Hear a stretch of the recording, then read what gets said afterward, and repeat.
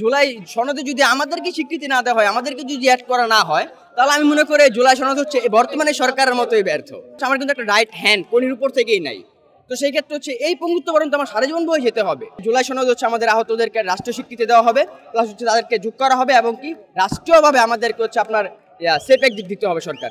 এখানে কেউ স্বাক্ষর করতে পারবে না, ওই পর্যন্ত পারবে না যে পর্যন্ত আমাদের নিঃশ্বাস ত্যাগ না হবে বা নিঃশ্বাস থাকবে। খসড়ার মাধ্যমে আমরা জানতে পাই যে হচ্ছে জুলাই সনদ বাস্তবায়ন হবে, তবে সেখানে হচ্ছে জুলাই যোদ্ধাদের রাষ্ট্রীয় স্বীকৃতি এবং স্বীকৃতি দেওয়া হবে না এবং তাদেরকে অ্যাড করা হবে না।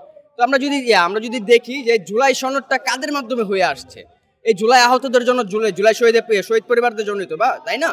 তো এই জুলাই সনদে যদি আমাদেরকে স্বীকৃতি না দেওয়া হয়, আমাদেরকে যদি অ্যাড করা না হয়, তাহলে আমি মনে করি জুলাই সনদ হচ্ছে বর্তমানে সরকারের মতোই ব্যর্থ। কেন বলবে সরকারের মতো ব্যর্থ? দেখেন, সরকার যদি আমরা বলি তাহলে ব্যক্তিগতভাবে কিন্তু অনেক ভালো মানুষ, যত ওনাদের সাথে আমাদের সামনাসামনি দেখা হয়েছে, কথা হয়েছে, উনি আমাদের মাথায় হাত বুলিয়ে দিছে, প্লাস আমরা একসাথে চাও খাইছি। ব্যক্তিগতভাবে যত ওনার আমরা যে ব্যাপারটা দেখছি, উনি খুবই ভালো মানুষ। কিন্তু যদি আমরা রাজনৈতিক বা হচ্ছে সরকার প্রধান হিসাবে দেখি, তাহলে উনি ব্যর্থ।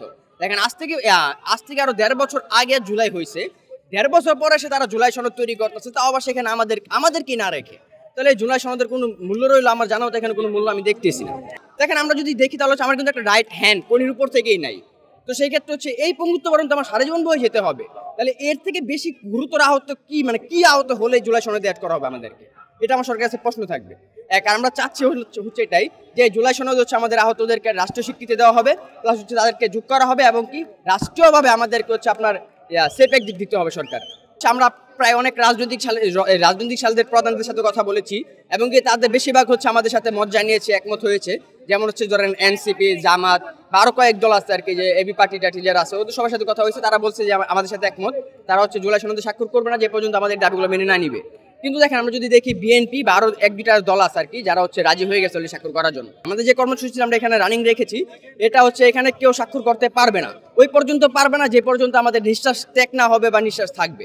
আমরা এখানে এই জুলাই সনদে স্বাক্ষর করতে দিব না তাদেরকে, যে পর্যন্ত হচ্ছে আমাদেরকে রাষ্ট্রীয়ভাবে স্বীকৃতি দেওয়া না হবে, আমাদেরকে অ্যাড না করা হবে, আমাদেরকে রাষ্ট্রীয়ভাবে সেফ এক্সিট না দেওয়া হবে, সে পর্যন্ত আমরা এখানে কারো স্বাক্ষর করতে দিব।